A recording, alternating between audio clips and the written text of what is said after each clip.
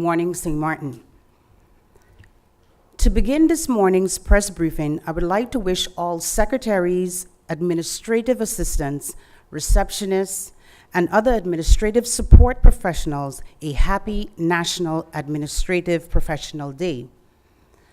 Oftentimes, these small roles go unnoticed, but administrative roles are the foundation of a company's operation.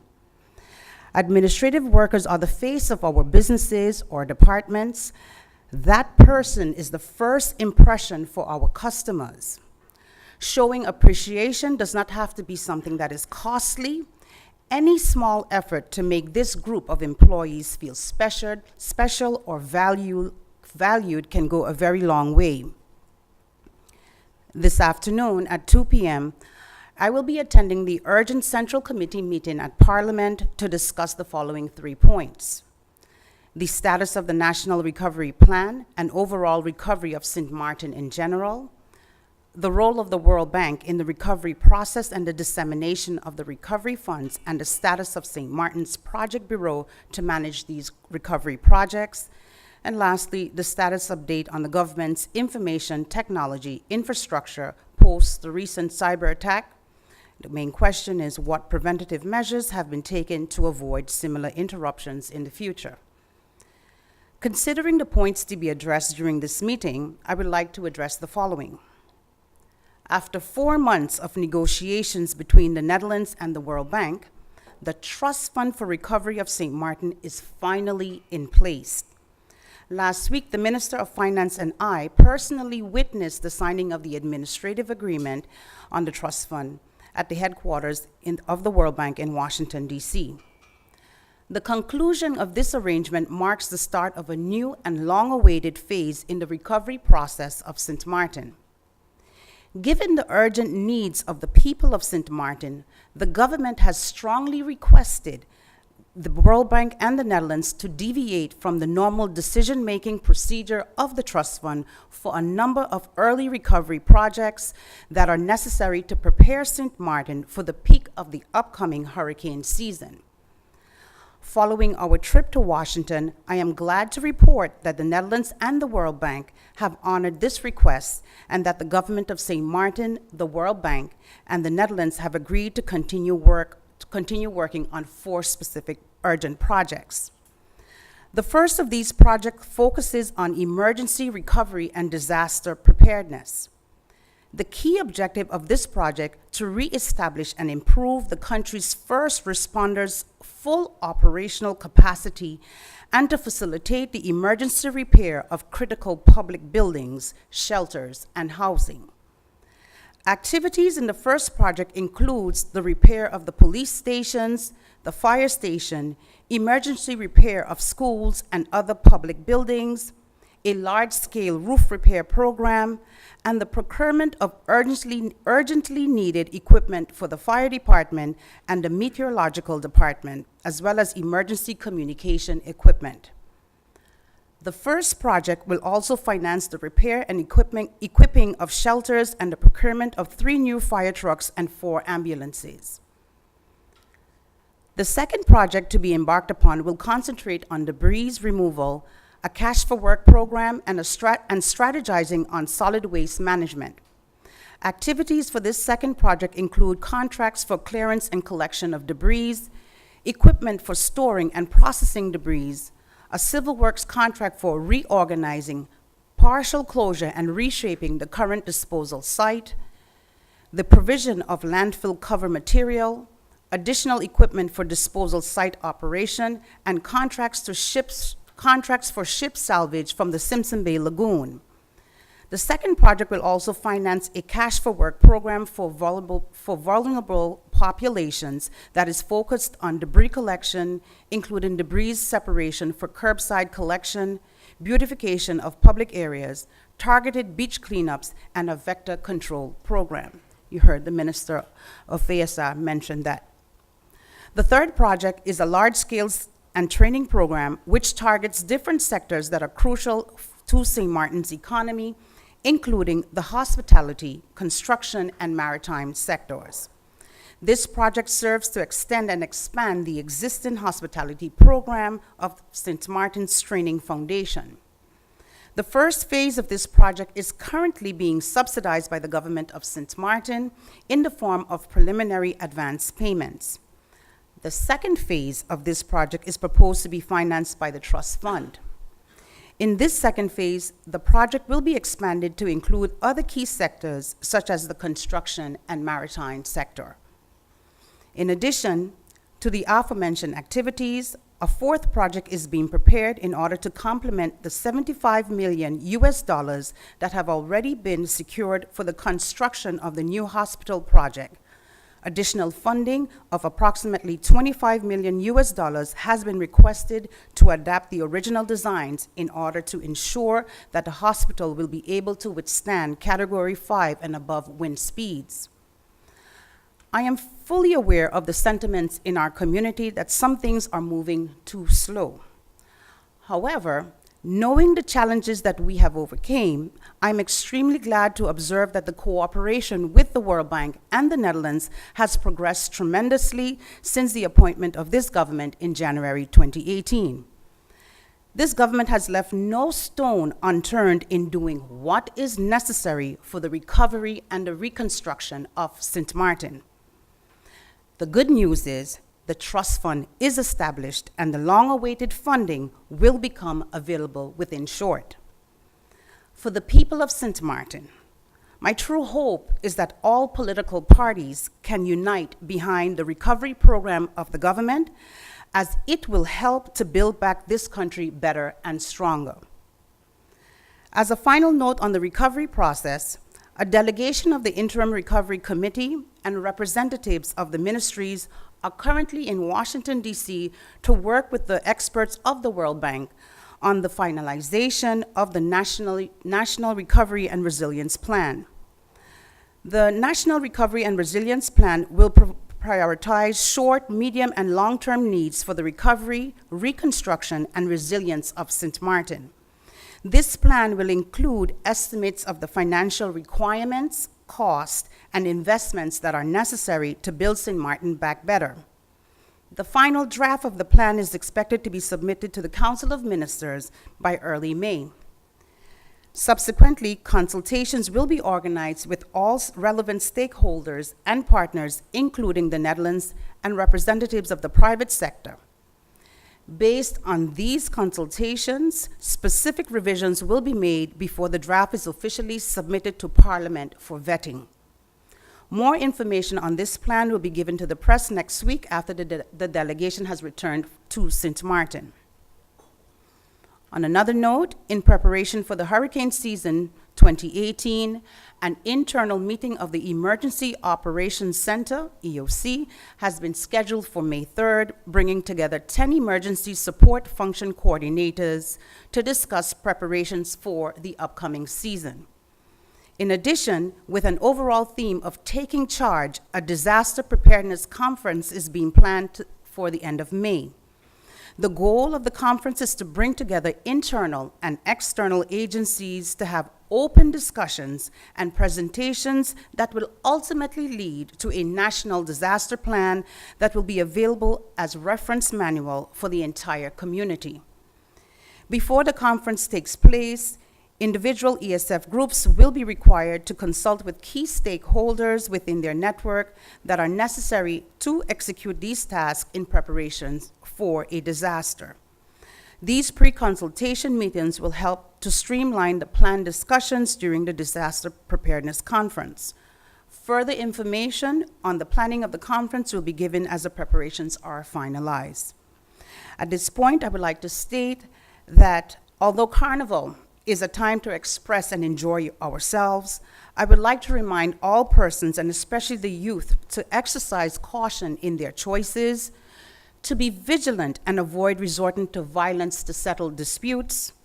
Please be safe and secure during the upcoming days as Carnival approaches its peak with Juve morning, and the Grand Parade is scheduled to take place in the next coming days.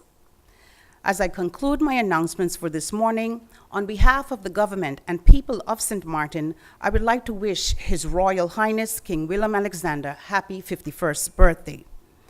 And finally, to all persons that form the tripartite of employees, employers, and unions, happy Labor Day when it comes on May 1st. Thank you, Prime Minister, for your opening remarks. The Minister of Justice, the Honorable Cornelius de Wever, will not be making any opening statements, but is available for any questions the media may have. We now go over to the question and answer session. Stephen Cerillion of pt2, you have the floor.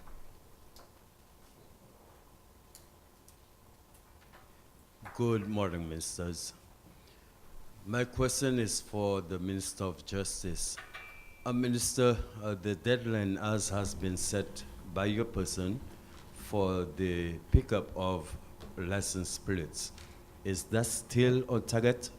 The pickup of license plates, is that still on target?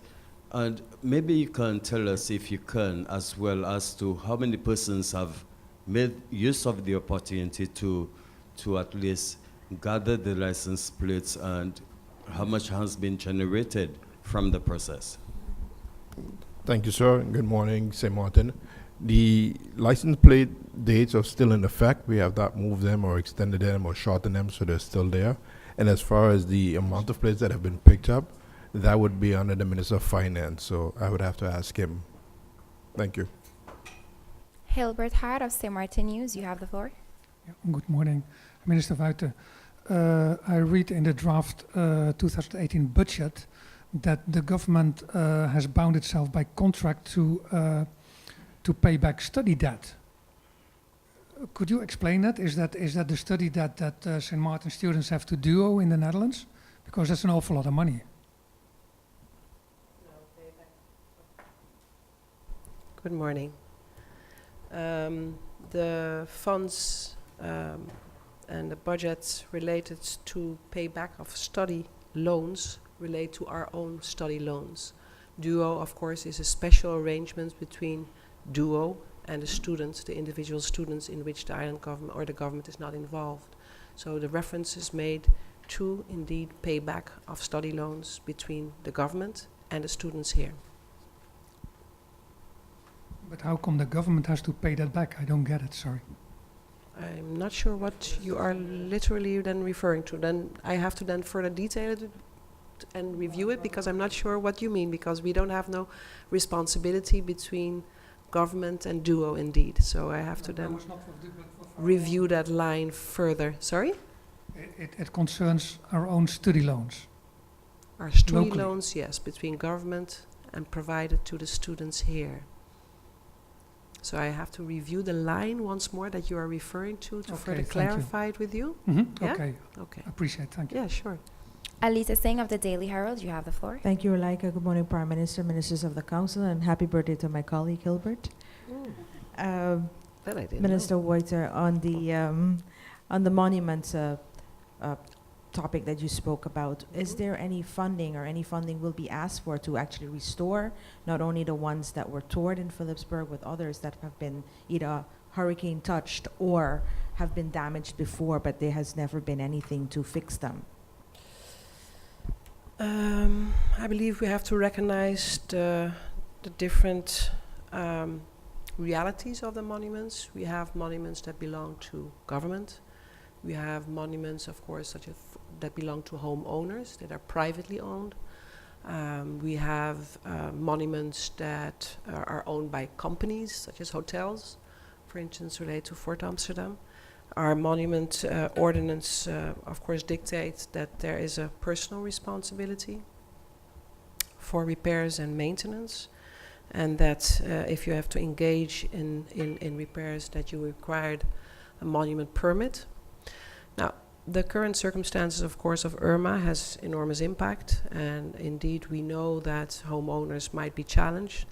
In that regard, we had already an initiative ongoing in the last year, 2 years, to review and activate a monument foundation that never materialized, because then you can also engage in a conversation about intensified monument funding, which can then be regulated through a framework of how indeed, for instance, homeowners would be able to access it to further complement their challenges in order to maintain those costs.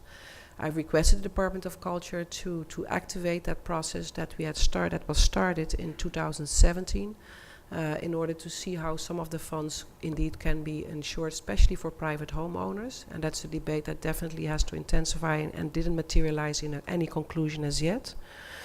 The Early Recovery Fund and the availability of the funds in the first tranche, in the first phase, as highlighted by the Prime Minister, does include some funds, for instance, for Fort Amsterdam and some repairs there. So it's very minimal thus far, and I do believe indeed that we need to further look into matters and see how we further can complement the needs and the costs associated with the repairs.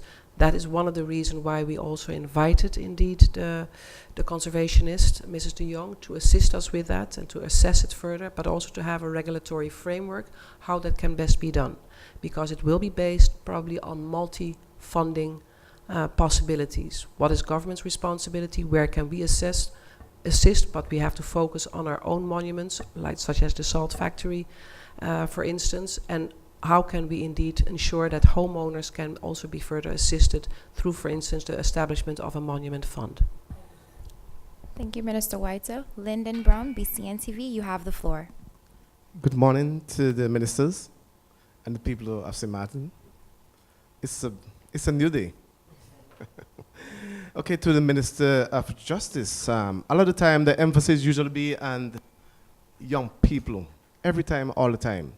Now, what age that youngsters should consume alcohol? Or should they consume alcohol at all? Because during now, of course, we are in the carnival season, and alcohol could be connected with violent behavior. So the emphasis is, we don't want to just emphasize on the youths. How about those people that are selling alcohol?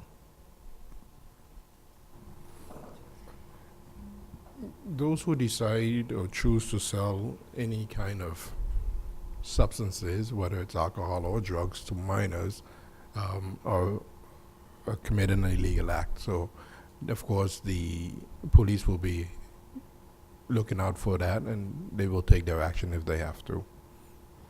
Is there any age that We generally go from 18 and above.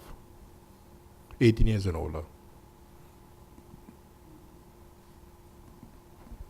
Thank you, Minister De Wever. Stephen Cerulean, you have the floor. Prime Minister, good morning.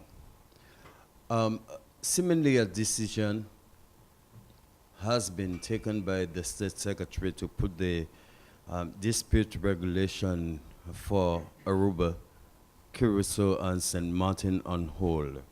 Were you notified prior to this decision, and what does that mean now for St. Martin going forward? Thank you, Stephen, for that question. The dispute regulation was something that, an intense topic that was discussed, I believe, for the last couple of years, even when I was a member of Parliament. As Aruba, Curacao, and St. Martin, we were adamant in ensuring that that entity was formed so that in cases that there was a dispute, that we had a entity to put that claim to, or put the dispute to be discussed. Was I informed?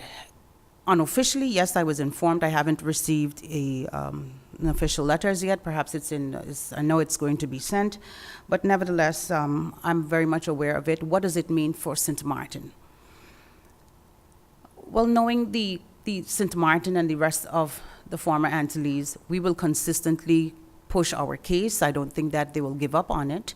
And if there is a dispute, we will continue talking about whatever that dispute is. It's always about negotiations and also being diplomatic on how you want to get what you need done and standing up for what you believe in as well. Whether it's placed on the side or not, I believe when there is a dispute, we will continue to discuss it because you can't just put the problem aside. You must address it. So I'm sure that we will find some means to come up with some form of compromise, or perhaps reopening that specific topic. But again, it won't go unnoticed or dead. You know, we will continue talking. And of course, disputes will always happen, no matter where you're at. So I'm very much confident that whether it is placed aside or not, that St. Martin, via the members of parliament, that they will continue to discuss with Aruba and Curacao on the way forward. Thank you, Prime Minister. Hilbert Haar. Yeah, Minister Lee or maybe Minister De Wever, or maybe both, I'm not sure. I read in the draft budget that the policy for animeermeisjes is under review, and that there is a concept policy already made. Could you make that concept available, or could you highlight the changes that are coming in that policy? Thank you, Mr. Haddon. Happy birthday to you. Wish you many more years of good health and happiness. Regarding the commercial sex workers industry, the legislation for that is on its way to me. I requested it last week from the SG, and I will be reviewing it, I guess, during the holidays. And upon return, I will make a decision how we're going to proceed with it, because the legislation is definitely necessary to avoid all these cases that are pending or where others have been convicted. Thank you. Alita. Thank you again. Minister? Ms. Roach, go ahead. You have the floor, Alita. Minister De Wever, in the past week, since the carnival activities have intensified, also the police controls have intensified, and some people see this as a deterrent to people going to carnival. Not only are they left in road trams when they're trying to get to the village, when they're coming out of the village the same, while it's understood it's for security and other reasons, it's also dampening the entire feeling of what is our revival festival after everything of Hurricane Irma. Is there a specific reason, other than you have more people on the road, that the police officers are out there? Thank you, Ms. Singh, for your question. First of all, we would like everyone to have a very safe carnival. This is not a deterrent from stopping you to enjoying carnival or coming to the festival village and enjoying it. But over the years, the numbers have shown that during this time, that there may be more break-ins, either in cars or homes. So to avoid that, they're out there, the police is out there, and they're doing some preventative searches as well. Would they sometimes discover illegal firearms, bats, knives, stuff like that. And to make the whole island safer, I think this is a good step, and we should be consistent with it, not just during carnival time, but throughout the year. Thank you, Ms. Singh. Lyndon Brown. Prime Minister, this is a great day for St. Martin. You have witnessed the signing in Washington, D.C., and things are still pending. You don't have a timeline on how soon we're going to see any starting of projects and how the money going to be distributed in the different areas. You don't have a timeline on that. But maybe you can tell us, maybe you may have something to tell us. Thank you for that question. Believe me, if we could have started yesterday with those funds, we would have started yesterday. Unfortunately, this is not the case, and the administrative agreement was only signed on April 16th, and that means that within short, so I'm suspecting by the end of the month or so, that we will have those funds. What is key right now is how prepared are we to start execution of these early recovery projects, and those are the areas that we have been focusing on, so that the moment that the money is on the account, the projects will be implemented. We're looking at recovery of repairment of roofs. We're looking at various different things, the repairment of the police station. So once the money is there, we can do it. That's the key thing. You can't do something if you don't have the money with it. And as I indicated, I understand the frustration.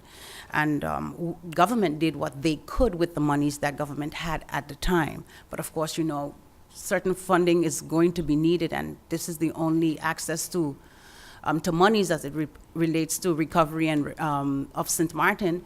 And we will just have to be patient, a little bit more patient, in order for us to feel and reap the benefits of what is going to be given to us. Thank you, Prime Minister. We now move on to the final round of questions. Stephen Cerulean, you have the floor. Minister of Education, earlier on you spoke of the fact that its students will be traveling to Trinidad for training in the field of construction. Who are the students? How many male and how many female?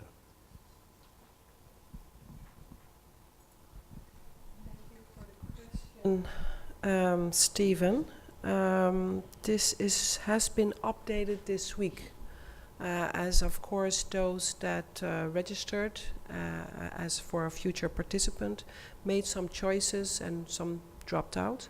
The most recent number that I received is that it's on the level of 8. While we had 2 female students, it's unfortunate that they indeed have reconsidered and decided to not join the training. So it's all male. They are scheduled to leave, as I mentioned, early May. I will be informed further this week of how the further logistics and the travel arrangements will be made. So then I can inform you further. This is really a recent decision that was made last week, and I didn't get a chance to be informed further by Study Financing to indeed details. And I've mentioned some of the areas for some of the students' interest. It's a 6-month course, but unfortunately, as I had hoped for, all male. That's very unfortunate. And I haven't been informed about the reasons why indeed the 2 female candidates decided to withdraw. I don't think it's prudent to present names at this stage. I believe that I would first be allowed to do so and consult with the students at hand whether they would like to have their names in the newspaper. So I'd rather not do that. But I'm sure that they're very happy and of course enthused and excited to now finally have the opportunity to participate in this training. Thank you, Minister White. Hilbert Haar. One more question for Minister De Wever. There's a lot of interesting stuff in the draft budget, and one of the things I read there, but to my amazement, is about the renovation and expansion of the Point Blanche prison, whereas I seem to remember that the Council of Ministers has taken a decision to build a new prison. So could you explain what it is now? Thank you, Basad. You are correct. The Council of Ministers in principle agreed that we do need a new prison, so that takes its own trajectory. In the meantime, what are we going to do? And do we spend 1 or 2 million trying to fix it up and contain what we have, or do we just knock the entire building down? But the transition phases are what's important to us. And then our agreements that we have with the Netherlands as well as Curacao regarding our inmates that are there, that all is being worked out so that we can make sure that, one, they can come back and be at home. But in the meantime, the project management needs to be assigned, so we're working with the World Bank as well and with the Netherlands, because they just built a prison in Bonaire as well. So we're definitely going to be pursuing some kind of cooperation with them as well. My colleague, Minister Krapperhuis, will be here next week. That will be one of our discussion points, as well as a visit to the prison. I think it's important that they understand the urgency as well. And as much as the construction of a prison is not a quote-unquote very sexy thing according to the Netherlands, it is something very necessary for the safety and security of everyone. Thank you. Thank you, Minister De Wever. Lyndon Brown. Minister Lee, congratulations again. You have been impacting the community of St. Martin on the basis of health. The ongoing group that are tracking mosquito breeding site, I mentioned ongoing. It will be ongoing. It will not just for a period. That's correct. The Monitoring and control of mosquito breeding sites was a program already prior to Irma. Based on the impact of Irma, those activities have been escalated, intensified. We've hired, as I said, especially with the help of UNDP. So we've hired people who are unemployed, trained them to help us with inspections and making recommendations and controlling. So we have intensified the actions of the ministry to prevent mosquito breeding sites, and that will continue for the foreseeable future based on the fact that there's still so much debris around, and the fact, as I indicated in my presentation, that there's all indications are that the mosquito population is larger than it should be, and it's again an indication that community and government need to be more proactive. On that same basis, can you speak to the people of St. Martin, because there are some people, residents, may not want people to enter their premises. Is it by law they should cooperate? I think it's always an individual's right to privacy. Again, I think that's part of the training that, the representative from the ministry is not coming to issue fines or sanctions. They're simply there to help. So, in general, we haven't found resistance. It's more the fact that when we go to a house that there's nobody there. So, and I would like to stress, if we're going to be successful about dealing with vectors of mosquitoes, the ministry simply doesn't have the resources, and people need to do it on their own as well. For example, I don't have the report with me, but when you look at some of the most common places, they're finding that they have containers where they're catching water from the roof, of course, and they're not covering them with a mosquito mesh. Or when they have plants, they have a saucer underneath that's collecting water. All of these, you need something just the size of a bottle cap with water to become a mosquito breeding site. So very often, the community is the one that needs to be proactive in helping us to deal with it. In the end, it's their health and the health of their neighbors.